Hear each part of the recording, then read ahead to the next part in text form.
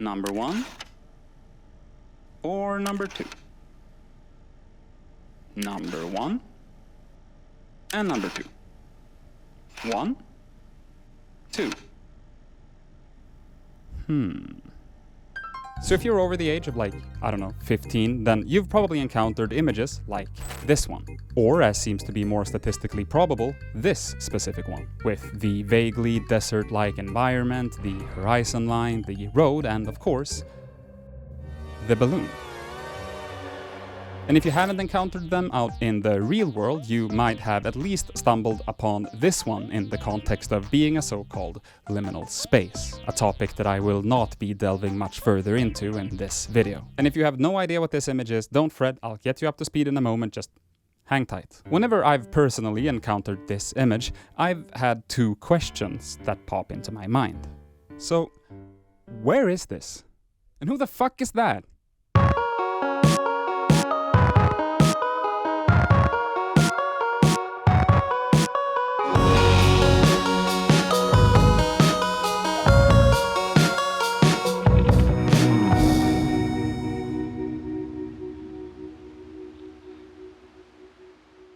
So let's start with the absolute basics here. What is this image and where do people encounter it? I think most of you already know this, but you might not know exactly what it is, why it looks like that, or what it's used for. This image can be found in auto-refractor machines, which you'll encounter when going to the optician to check up on the state of your eyesight, which, by the way, you, statistically American male between the ages of 25 and 34, should go do. Stop putting it off. Get it done. You don't have to live like this. But what is an auto-refractor machine, I hear you ask?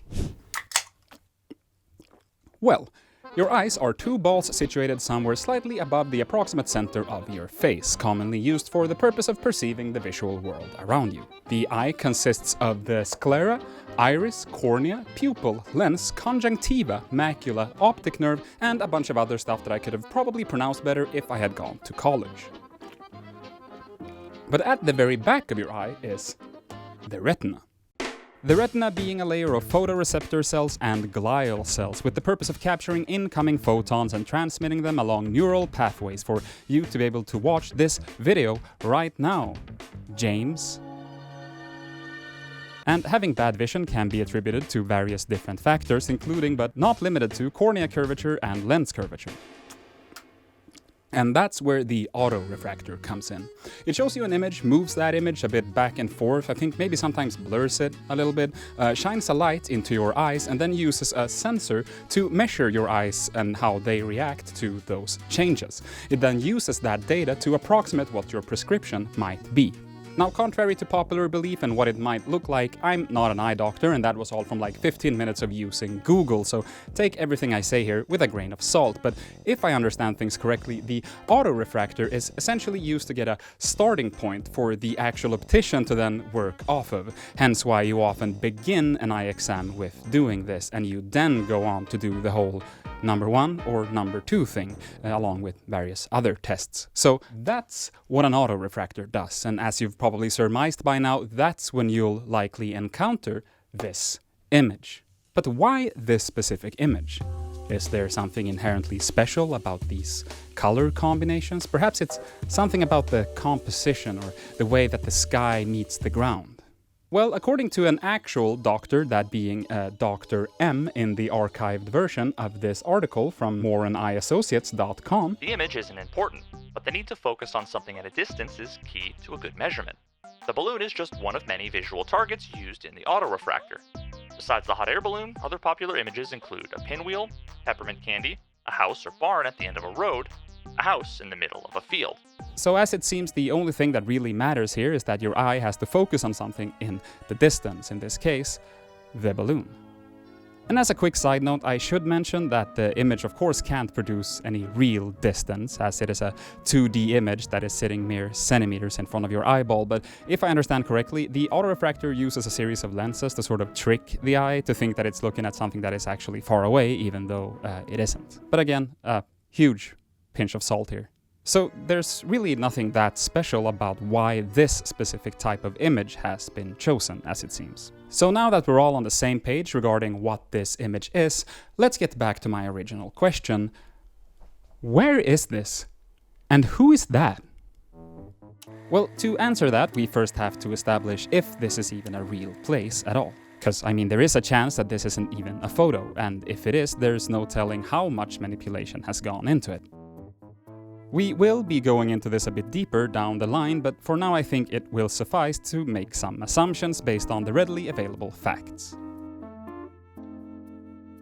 From what I've seen online and can remember myself, this image seems to have been in use for quite some time. Hence, I think we can safely assume that this is an image from before the time of AI-generated images, and it's also not very likely to be a 3D render.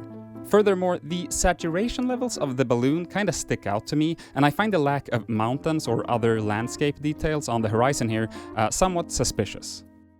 Pair this with the fact that I think I can see a slight difference in noise levels on the sky and the ground, and I'm willing to make the educated guess that this image is made up of 3 separate main elements. The bottom half with the road, the sky, and the balloon. I can tell from some of the pixels and having seen quite a few shops in my time. Spooked ya. Gotcha. Now listen up real fucking close. I'm not a sponsor guy. I don't have a sponsor on this video, okay? So don't fucking skip it. I'm not about to tell you what food is good, what fucking VPN is best. Instead, I'm here to tell you about my new merch. That's right, I've finally launched some fucking merch, and it's actually sick. I love it. But you don't have to take my word for it. Let me show you. There we go. Check it out. It's got my face on it, and it also comes in, Jesus, not herbs, as a t-shirt. There's also a really cool badge, and the mug, and my hat. And all that's cool and really proud of everything in the store. None of that even compares to the Live sweaters, which come in both this brown design, which is like a little bit more regular fit, and this black and blue one, which is more like relaxed fit, and it says Jeff TV. And on the back, I don't know if you can see that, it has like a little satellite on it. And what's so fucking cool about these knitted shirts is that they're like actually knitted. Like if you look up close, you'll see that it's actually stitched. And when we created the designs, we like took that into account so that each pixel in the image represents one stitch on the shirt. And honestly, the coolest and most comfortable fucking merch I've ever owned. I mean, I would say that, but I'm not lying. So head on over to the merch shop, link on screen right now, and we guarantee that the merch you get won't be as wrinkly. I've been using these for a few months. The knitted shirts don't get wrinkly, but, you know, t-shirts tend to do. And with that, let's get back to the video. Spooked ya. So with all of that established, let's try to track this image down, starting with the most basic steps. These auto-refractor machines must have a manufacturer, and I'm assuming that there's no silent agreement between every optician office in the world to print out the same strange image and put it into their machines. So this image likely comes with the machine when you get one. So who makes auto-refractors? Well, as it turns out, several brands, but the one that sticks out and is seemingly the most popular is Nidec. I guess it could be Nidec, but also the company's Japanese, so it's probably neither of those pronunciations. I'm gonna stick with Nidec. So Nidec produces these machines, and you don't even need to be a particularly skilled slithery online sleuth to come to the conclusion that Nidec is in fact the company responsible for the balloon image, seeing how if you go to their official website and click your way through some menus in Japanese, you'll eventually end up on company/others/entry 3797, which shows the balloon picture along with the text. Balloon chart, used in the fixation target of our product, is a trademark and copyrighted work belonging to Nidec Co. Limited. So there we go. It might be a bit obscure to find, but it's hardly a secret, and it even seems to be something that Nidec is quite proud of, acknowledging it on multiple occasions. And then there's even this tweet from an affiliated company, which translates to, "This image is our company's copyrighted material. If you would like to use it for something, please contact us. However, due to various security measures, unfortunately, we may have to decline your requests.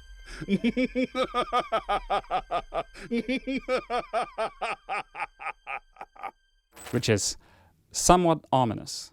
Now, like I said, none of this information is secret, and while looking around, I stumbled upon a reply to this tweet that I showed in the intro by fellow YouTuber Fami, pointing to this same source, and on that tweet I find a reply by none other than Sen.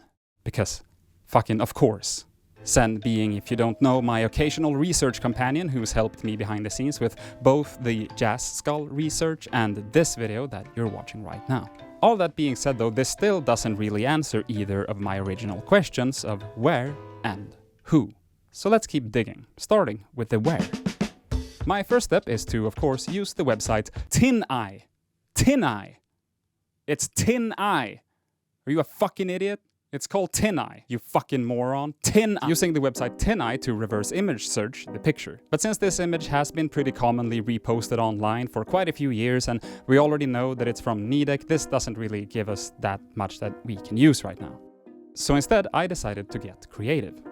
Using the highest quality version of the image that I can find, that being the image included in Nidec's original trademark report, I open it up in Photoshop, remove the balloon, and then attempt to recreate what the rest of the landscape might look like. Being careful to not make any bold creative decisions, but rather just expand what we can already see.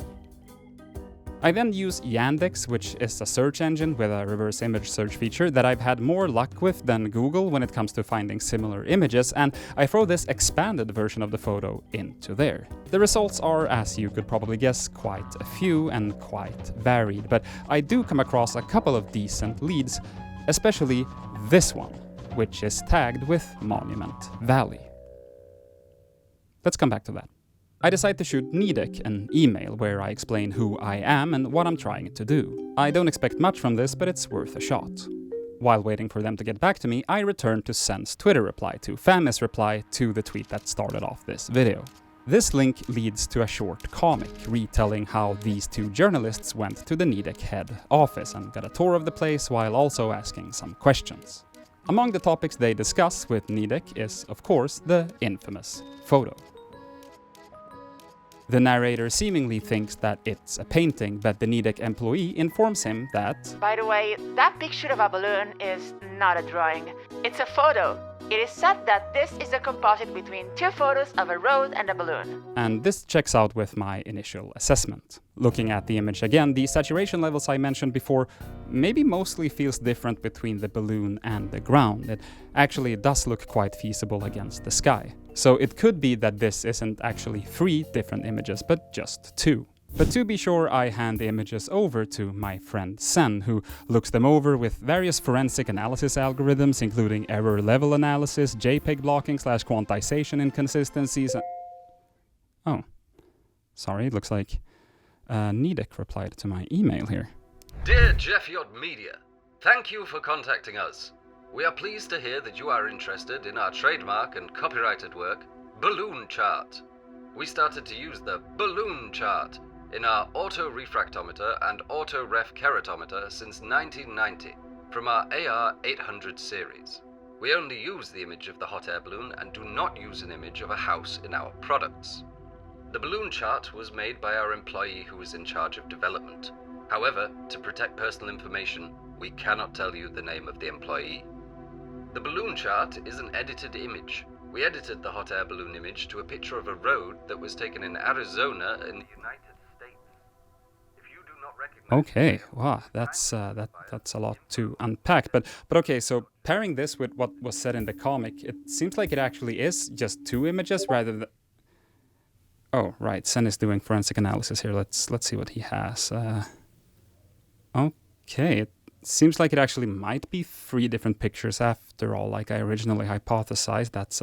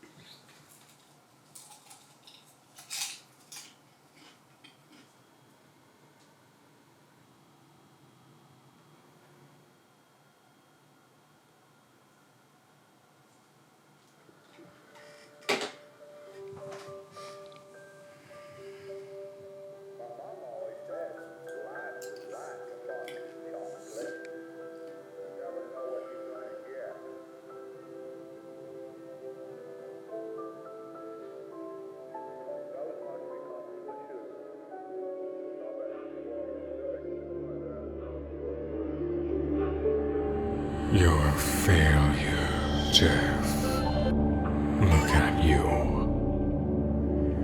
Failed artist, failed human. They don't care at all. You'll never be a real YouTuber. You don't have what it takes. Failure. Stop wasting their time. Come on, trumpet boy. Wake up, skeleton man. You have another pointless image to dig up from the grave. Time to get to work. My mom always said, you got to put the past behind you before you can move on. Well, some years later, I found out that man did come up with an idea for a t-shirt. He made a lot of money off of it.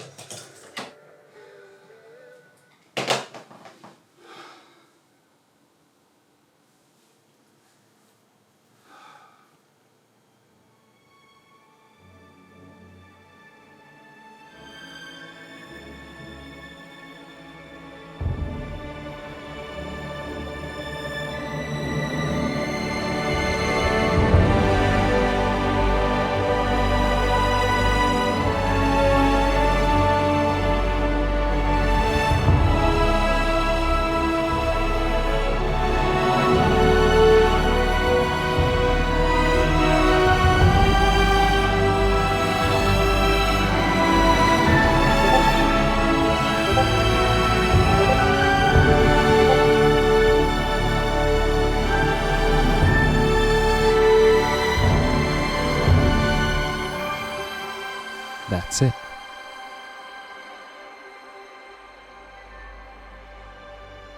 So, as it turns out, the exact stretch of road that can be seen in the balloon image is Forrest Gump Point in Monument Valley.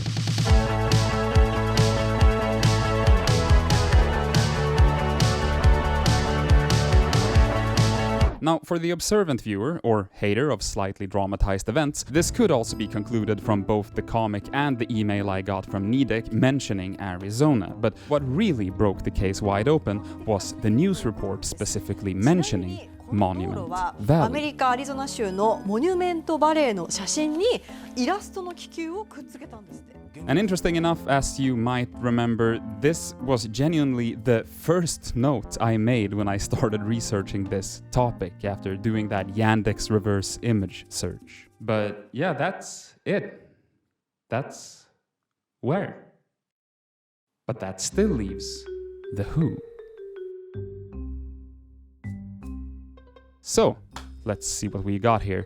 Well, it's a balloon and it's got colors on it and looks like there's a basket hanging underneath it. Look, I'm not gonna pretend that I know anything about hot air balloons, okay? I did go on one once when I was like 12. I was cool. I got bored, like halfway through, and I sat down in the basket and I played Snake on my mom's Nokia phone, but mostly it was cool. But that's it. That's my entire relationship to hot air balloons. Now, in my skull trumpet investigation, I took a couple of cheeky pokes at Reddit, and some people in the comments were a bit offended that I seemingly shat on Redditors when it was a Redditor that helped me solve the case in the end, so I'd just like to clear this up. I don't hate Reddit. In fact, I tip my fedora to you, actually. Kind stranger, take my gold, you marvelous bastard. Yeah, upvote all the posts. I hope that settles that. So, r/hot air ballooning is a community for, you guessed it, hot air ballooning. And what better place to ask for some help? So I hop on, make a thread, and soon enough, I have a reply. That's a Raven RX-7, or possibly RX-6, also known as the Raven Rally. RX-7 is 77,500 cubic feet, RX-6 is 56,000 cubic feet, and both have 12 gores consisting of one straight and two curved minor gore segments. The larger RX-8, RX-8, and RX-9. Furthermore, with the help of another couple of comments, I make my way to theballoondatabase.com. Here, a hot air balloon enthusiast has done their best to meticulously log and archive as many hot air balloons as possible. Their history, model, make, color scheme, essentially anything you could ask for, and eventually, we land on N4036Y. Today, it's out of service, but it was built in 1983 and located in Colorado.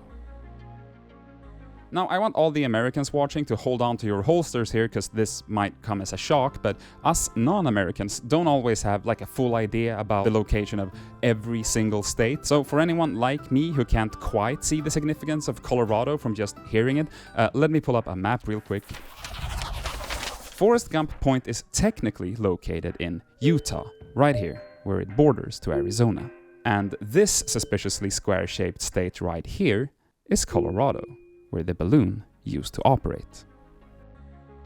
So with all of this in mind, I am willing to conclusively state that this is the balloon we are looking for. And on the balloon database, among the rest of the information, we also have a name of the owner. Leon. But this is where my path diverges from my skull trumpet investigation. If you've seen that video, you know how it ends. And maybe I'm just worried about, yet again, finding that time has done what time seemingly does. Maybe. You also have to understand that I made the skull trumpet video when I had about like 4,000 subscribers, and now that my channel has grown a bit, I'm more wary to give out full names all willy-nilly. I of course want to think that the people watching this channel are reasonable enough people to know not to harass strangers, and don't get me wrong, as I've shown, this information is publicly available for anyone that wants to, find it. It's just that I don't really feel a need to include it here today. I did, of course, look into the person listed, and as of a couple of months ago at least, they seem to still be alive. They're in their 80s now. And yes, one part of me still wants to, give them a call, ask about their years as a balloon pilot, maybe even ask if they can remember having their photo taken somewhere around 1990, and if so, do they remember who took that photo? Because, knowing that the balloon photo and the road photo were both taken in the same area indicates that it's likely taken by the same photographer, but in all honesty, I think that the chances of this photo of a hot air balloon being a planned photo is slim to none. When you're out flying your balloon, people will be taking photos of it. You won't know who they are, just as little as they know who you are way up there. Just as we still don't know who it was that combined the photo of the highway, this balloon, and this sky into the image that we now know as Balloon Chart.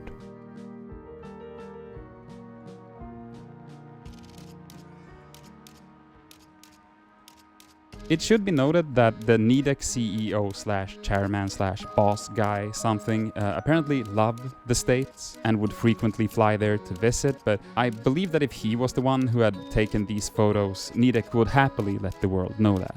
Nidec has sponsored a Japanese balloon pilot to have their logo on his hot air balloon, and they're obviously quite proud of this branding. I personally believe that the reason that they don't want to divulge exactly who took the photo is that they either actually don't have any records of it, or that they're trying to make sure that the balloon chart image will always be attributed to Nidec and not to some photographer. If anyone from Nidec sees this video, I'd like to thank you for answering my emails regarding this, and I'd also like to implore you to reconsider releasing whatever info you might have. Who took the photos and who did the compositing of them to create the balloon chart. If anything, I believe that this would solidify Nidec as the origins of the final result even more, and it would also reflect very well on your company, showing people that you care about properly crediting the ones involved in the creation of this iconic piece. You can reach me on jeffiotcontact@gmail.com if you'd like to discuss this further.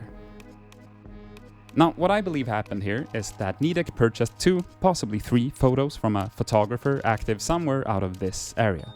Then someone internally at Nidec, or possibly some graphic design freelancer based out of Japan, created this collage. And the rest is history. But for now, that's just a guess, and we don't know for sure.